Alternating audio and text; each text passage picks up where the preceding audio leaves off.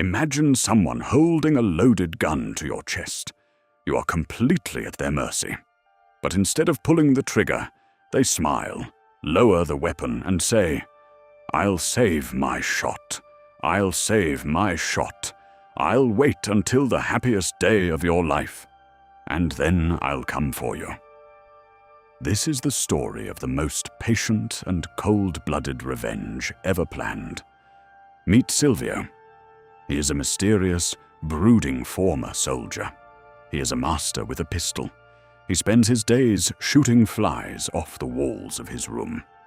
He never misses.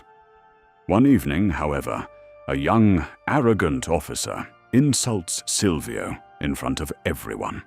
According to the rules of honor, Silvio must challenge him to a duel to the death. But Silvio does nothing. He walks away. Everyone whispers. They call him a coward. How could the best shot in the regiment refuse to fight? Before leaving the town forever, Silvio reveals his secret to a friend. He explains that he isn't afraid of death. "I just cannot risk my life right now," he says. His life belongs to someone else. Years ago, Silvio had a rival, a young count who had it all: money, good looks, and boundless luck. After a fierce argument, they agreed to meet at dawn for a duel. The count arrived eating cherries straight from his hat. When it was the count's turn to shoot, he casually put a bullet through Silvio's hat. Then it was Silvio's turn. He aimed his gun right at the count's head, but the count didn't flinch. He just stood there, spitting out cherry stones, completely unperturbed by the prospect of death. Silvio lowered his gun. He realized that killing someone who didn't value their own life was pointless. "Are you satisfied?" the count asked. "No," Silvio replied. "I reserve my right to shoot you later." 6 years pass. Silvio has been waiting in the shadows. Then he hears the news. The young, lucky count is finally marrying a beautiful woman. He has found true happiness. He has everything to lose.